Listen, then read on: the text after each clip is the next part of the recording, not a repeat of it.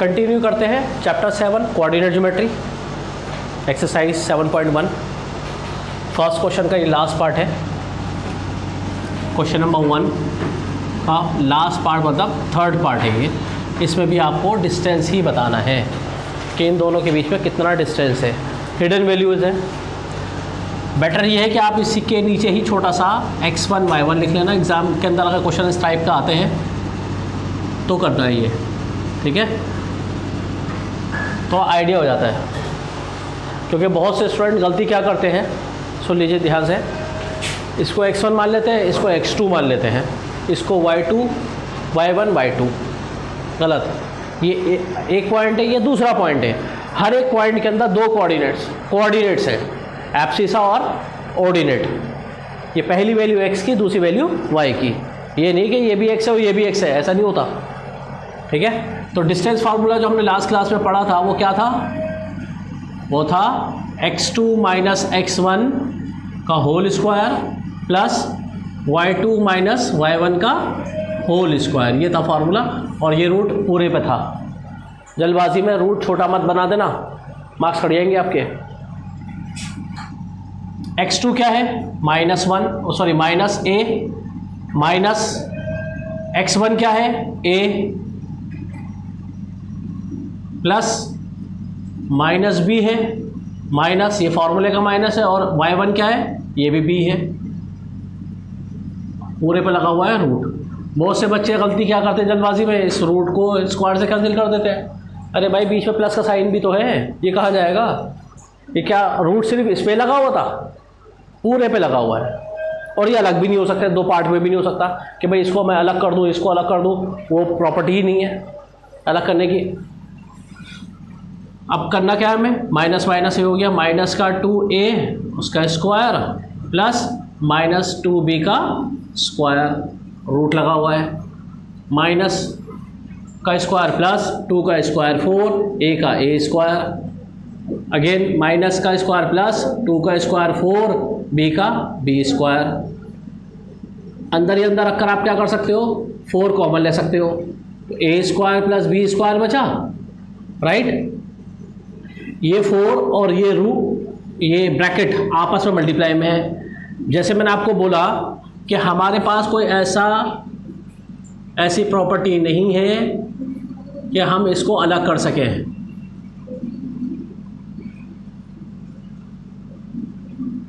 अगर हम ये करना चाहें तो गलत है, नहीं कर सकते हैं। प्लस या माइनस का साइन आ जाए दो एलिमेंट के बीच में तो नहीं कर सकते हैं। बट यही a इंटू बी है और उस पर रूट लगा हुआ है, तो ये रूट a पर अलग चले जाएगा और b पर अलग चला जाएगा। सेम इसी तरह से a अपॉन b है और होल पर ये रूट लगा हुआ है, होल पर, याद रखिएगा। तो हम इसको सेपरेट कर सकते हैं। प्रोडक्ट के और डिवीजन के टाइम पर आप कर सकते हैं, अदरवाइज सम के अंदर और डिफरेंस में नहीं कर सकते, याद रखिएगा। अब ये देखो, अभी तक ये सब में था तो अलग नहीं हुआ, अब ये मल्टीप्लिकेशन में आ गया, अब अलग हो जाएगा। जब ये अलग होगा, रूट 4 का मतलब क्या होता है?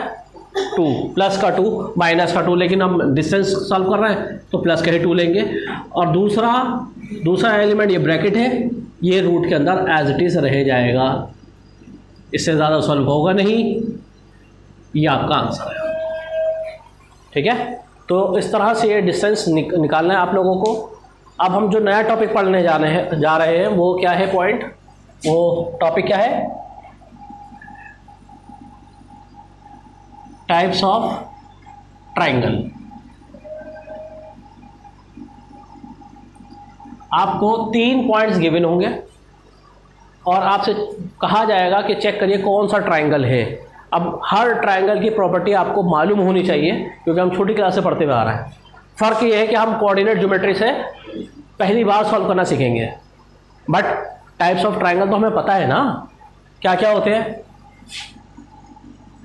स्केलिन, जिसमें कोई साइड बराबर नहीं होती,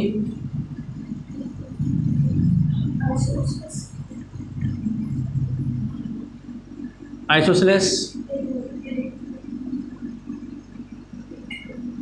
इक्विलेटरल, और क्या होता है? और कौन सा, राइट एंगल ट्राइंगल। एक और होता है आइसोसेलेस राइट एंगल ट्राइंगल। ये 5 अलग अलग तरीके के ये ट्राइंगल है। इनकी प्रॉपर्टी आपको मालूम होनी चाहिए। स्केलर में कोई साइड बराबर नहीं होती, no sides equal to each other. Isosceles में 2 साइड्स आर इक्वल, इक्विलेटरल में ऑल साइड्स आर इक्वल, ठीक है। राइट एंगल ट्राइंगल जिसमें 90 डिग्री का एंगल होता है वो स्पेशल ट्राइंगल होता है। और लास्ट में आइसोसेलेस राइट एंगल ट्राइंगल। तो इसमें 2 स्पेशलिटी पाई जा रही है। नंबर 1 वो आइसोसेलेस है, पहली स्पेशलिटी आइसोसेलेस है, 2 साइडें बराबर है। दूसरी स्पेशलिटी कि उसमें 90 डिग्री का एंगल बनना है। तो चाहे राइट एंगल ट्राइंगल का क्वेश्चन आ जाए, चाहे आइसोसेलेस राइट एंगल ट्राइंगल आ जाए, 3 डिस्टेंस निकालने के बाद आपको पाइथागोरस से वेरीफाई करना है, ठीक है। राइट एंगल ट्राइंगल कैसे पता चलेगा, जब पाइथागोरस थ्योरम उस पर अप्लाई हो जाएगी, ठीक है। तो 2 साइड्स ऑल क्या लिखेंगे यहाँ पर, आपको लिखना है no sides are equal, 2 sides are equal, all sides are equal, ठीक है। नो साइड्स आर इक्वल और 2 साइड्स आर इक्वल, और इसमें इंक्लूडिंग 90 डिग्री एंगल। इस चैप्टर में, पूरे चैप्टर के अंदर आप एंगल की बात नहीं करेंगे, ठीक है। 11th क्लास में जब आप फर्दर क्लासेस में पढ़ेंगे तो उसमें ट्रिग्नोमेट्री जो अपना हमारा अगला चैप्टर है 8th चैप्टर, वो और कोऑर्डिनेट ज्योमेट्री मिक्सअप हो जाती है, वो 11th में, 10th में नहीं है, ठीक है। आपको 3 पॉइंट दे रखे होंगे और आपसे पूछा जाएगा कि कौन सा ट्राइंगल है, या ये पूछा जाएगा कि चेक करिए या प्रूफ करिए कि ये जो कोऑर्डिनेट्स दे रखे हैं ये इस आइसोसेलेस ट्राइंगल के हैं या इक्विलेटरल ट्राइंगल के। इस तरह से इन्होंने क्वेश्चन में बोल रखा होगा। Like question number 4, question number 4 में 3 पॉइंट्स गिवन है आपको। पहला पॉइंट है 5, -2, दूसरा पॉइंट दे रखा है आपको 6, 4, तीसरा पॉइंट दे रखा है 7, -2। ये 3 पॉइंट्स आपको गिवन है और आपको बताना है check whether this and this are the vertices of isosceles triangle. आपको बताना है कि ये वर्टिसेस राइट एंगल ट्राइंगल के हैं। ये पॉइंट्स कहाँ के, एक वर्टेक्स क्या होता है, एक पॉइंट ही तो होता है, ठीक है। एक ट्राइंगल बना लेते हैं रफली, ये आ गया ट्राइंगल ABC। अब इस पॉइंट को आप पॉइंट बोल दो या वर्टेक्स बोल दो, बात तो एक ही है ना। तो ये वर्टेक्स इतना क्या दे रखा है आपको 5, -2, ये क्या दे रखा है 6, 4 और ये 7, -2। देखिए सीक्वेंस में रखेंगे, याद रखना ABC क्लॉकवाइज चले या एंटी क्लॉकवाइज चले, उल्टे सीधे रखने की ज़रूरत नहीं बिल्कुल भी। अब हमें ये चेक करना है कि सचमुच में ये एक आइसोसेलेस ट्राइंगल के ही वर्टिसेस है।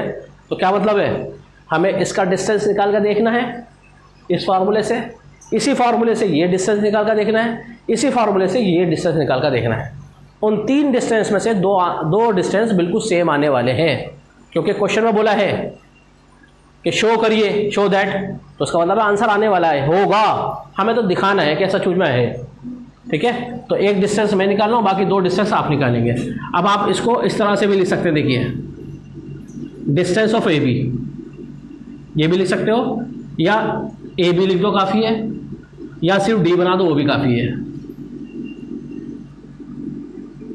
अगर ये इनिशियल पॉइंट है, टर्मिनल पॉइंट ये हुआ, अगर ये इनिशियल हुआ तो ये टर्मिनल हुआ, यानी यहाँ से शुरू हुआ तो वहाँ पर ख़त्म, वहाँ से शुरू हुआ यहाँ पर ख़त्म। ये मैग्नीट्यूड निकालना है आपने। मैग्नीट्यूड का वर्ड शायद आप लोगों ने पढ़ रखा होगा, सुना भी होगा। मैग्नीट्यूड का मतलब होता है लेंथ, ये लेंथ कितनी है, फिजिकल वर्ड है ये। तो अगर इसको x1 y1 लेते हो तो x2 y2 ये होगा, और अगर x1 y1 ये लेके चलते हो तो x2 और y2 ये होगा। मर्जी आपकी, कहीं से भी शुरू कर लो। सपोज ये x1 y1 है, ये x1 y1 है, तो फिर ये x2 y2 हुआ या नहीं हुआ, फॉर्मूला अप्लाई कर दो। फॉर्मूला क्या कहता है x2 - x1 x2 - x1 का square plus y2 minus y1 का होल स्क्वायर। y2 आ गया, ये फॉर्मूले का माइनस आ गया, y1 खुद क्या है -2, तो माइनस माइनस प्लस।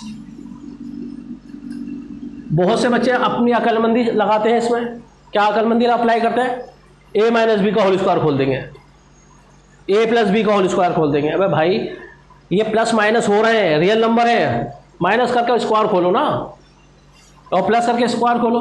तो 6 में से 5 गए, 1 बचा, उसका स्क्वायर। ये दोनों प्लस होने के बाद बदले 6, इसका स्क्वायर, रूट लगा हुआ है 36 + 1 37 यूनिट। बचे हुए 2 आंसर आप निकाल कर देखेंगे और ये चेक करेंगे कि इनमें से कौन सा √37 आ रहा है या नहीं आ रहा है। ठीक है, इन 2 में से एक आंसर आ सकता है सेम। चलिए अब हम नेक्स्ट टॉपिक करने जा रहे हैं, टाइप्स ऑफ क्वाड्रिलेटरल। इस केस के अंदर आपको 4 पॉइंट गिवन होंगे। ठीक है, अब उन 4 पॉइंट से मिलकर कौन सी फिगर बन रही है, हमें ये क्वेश्चन दिया हुआ होगा, check whether it is a vertices of square, rhombus, rectangle, parallelogram वगैरह वगैरह। ठीक है, 4 पॉइंट गिवन होंगे और आपको ये चेक करना होगा कि वो स्क्वायर के वर्टिसेस हैं या रोम्बस के हैं या रेक्टेंगल के हैं या पैरेललोग्राम के। क्वेश्चन में गिवन होगा, क्लियरली गिवन होगा। अब 4 पॉइंट हमें तो हर फिगर के ही नज़र आ रहा है ना। क्वाड्रिलेटरल, ये टाइप्स ऑफ क्वाड्रिलेटरल में तो आता ही है, देखो ध्यान से। बस इसकी प्रॉपर्टी आप लोगों को याद होनी चाहिए। सपोज आपको 4 पॉइंट दे रखे हैं,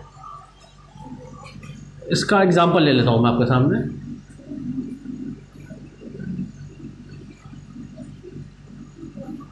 भाई ए बी का डिस्टेंस आ गया आपके पास और आपने सी डी का भी डिस्टेंस निकाला और आपने देखा कि वे दोनों सेम आ रहा है। इसी तरह से आपने ए डी का डिस्टेंस निकाला, फिर बी सी का डिस्टेंस निकाला, आपने देखा ये भी सेम आ रहा है, तो ये आपस में इक्वल, ये आपस में इक्वल। आप क्या बोलेंगे, कौन सा क्वाड्रिलेटरल बनना है, parallelogram, opposite sides are equal. Same property तो रेक्टेंगल में भी होती है, अपोजिट साइड्स आर इक्वल। फर्क का क्या है, पैरेलल की बात नहीं होगी पूरे चैप्टर के अंदर। पैरेलल का कॉन्सेप्ट 11th का है, एंगल का कॉन्सेप्ट 11th का है। ठीक है, तो opposite sides are equal, same parallelogram में भी होती है और ये सेम रेक्टेंगल में भी होती है प्रॉपर्टी। फर्क कहाँ नजर आता है, डायगोनल में, राइट। तो डायगोनल, अब हमें डायगोनल भी देखने होंगे कि इसके डायगोनल का रिलेशन क्या हो रहा है, क्या वो सेम है क्या या डिफरेंट है। सपोज ए सी का डिस्टेंस निकाला, फिर बी डी का निकाला, वो दोनों अनइक्वल आ रहा है। तो अब क्या है ये, अब पैरेललोग्राम है, क्योंकि हमने 9th क्लास में पढ़ा था पैरेललोग्राम के बारे में। उसकी जो प्रॉपर्टी है, पहली प्रॉपर्टी तो यही है, अपोजिट साइड्स आर इक्वल। एक प्रॉपर्टी ये भी है, diagonals not equal to each other. अगर इक्वल हो जाएंगे, मैंने आपको याद होगा बताया था कि रेक्टेंगल ये है पैरेललोग्राम, ठीक है, अपोजिट साइड्स इक्वल है, इसको रेक्टेंगल बनाना है, इसको सीधा करना पड़ेगा, तो जो इसके डायगोनल थे छोटे बड़े वो ऑटोमेटिक इक्वल हो जाएंगे, या 90 डिग्री का एंगल बन जाएगा हर पैरेललोग्राम के अंदर, तो रेक्टेंगल बन जाएगा। क्योंकि अब हम एंगल की बात करेंगे ही नहीं, तो यहाँ पर अब भी नहीं कर रहा मैं, तो जस्ट आपको बता रहा था, रिमाइंड करा रहा था।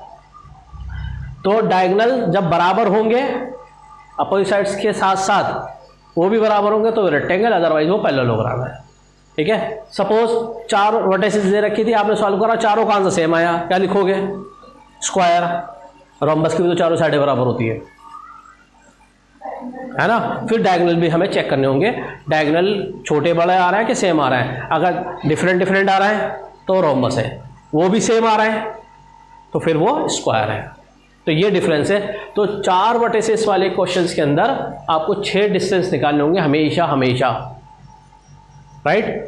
पहले ए बी का, फिर बी सी का, सी डी का, ए डी का, ए सी का, बी डी का। सपोज चारों ही साइडें अलग अलग आई, अब क्या करेंगे,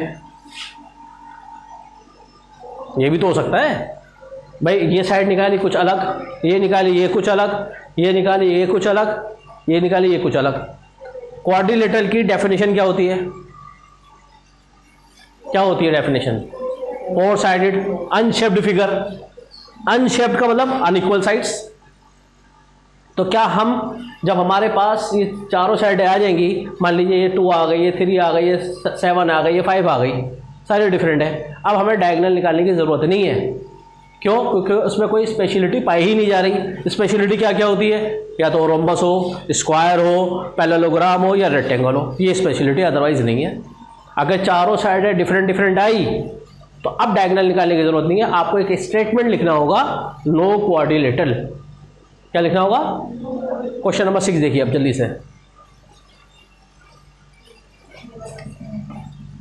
एक अनशेप्ड फिगर बनाकर मैं रखता हूं, ठीक है, नेमिंग करता हूं प्रॉपर। बताइए ए के कोऑर्डिनेट्स क्या गिवन है? 3,4। बी बताइए। 6,7। सी बताइए। 9,4। डी बताइए। 6,1। Question number 6। Question number 6 is it? Question number 6।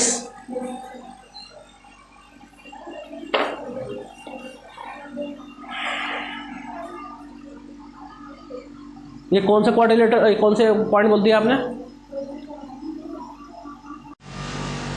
इसी एक्सरसाइज का question number 6, type of quadrilateral के अंदर जब आपको 4 वर्टिसेस गिवन होंगे और आपसे कहा जाएगा चेक करिए ये कौन सा क्वाड्रिलेटरल है, ठीक है, कौन सा क्वाड्रिलेटरल है, मतलब स्पेशलिटी क्या आ रही है।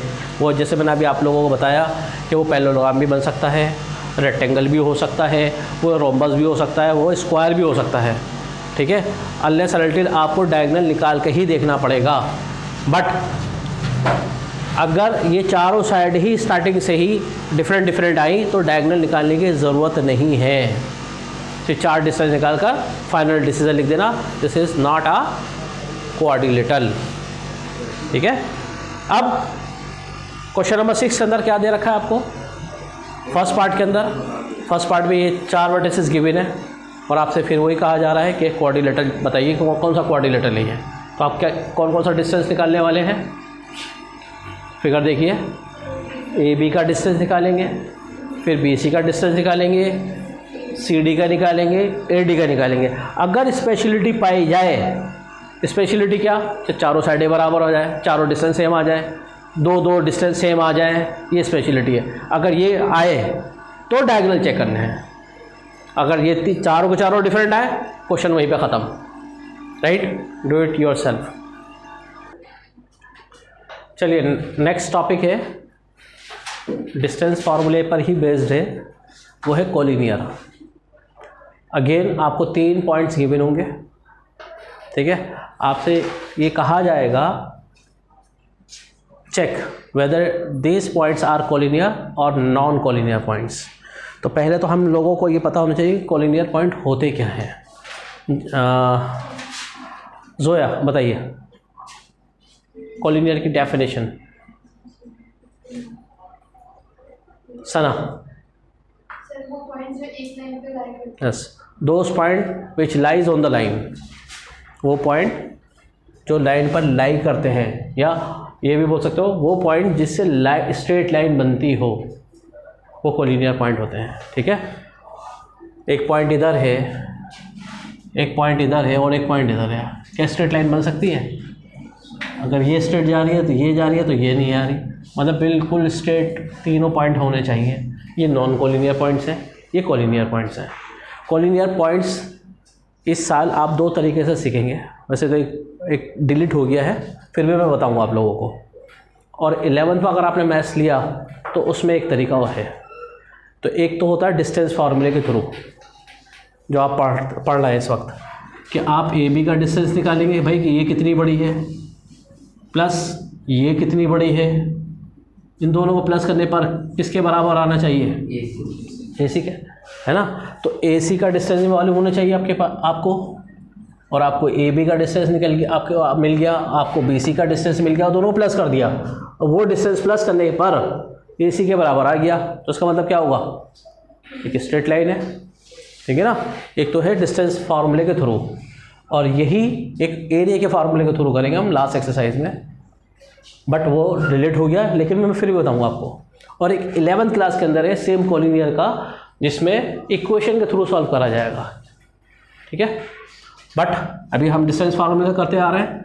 आप लोगों को करना क्या है, पहले ए बी का डिस्टेंस निकालना है, फिर बी सी का डिस्टेंस निकालना है, फिर ए सी का डिस्टेंस निकालना है, फिर इन दोनों को प्लस करके ये चेक करना है कि ए सी के डिस्टेंस के बराबर आ रहा है या नहीं आ रहा है, ठीक है। अगर आ रहा है प्लस करने पर तो कॉलिनियर, अदरवाइज नॉन कॉलिनियर्स, ठीक है।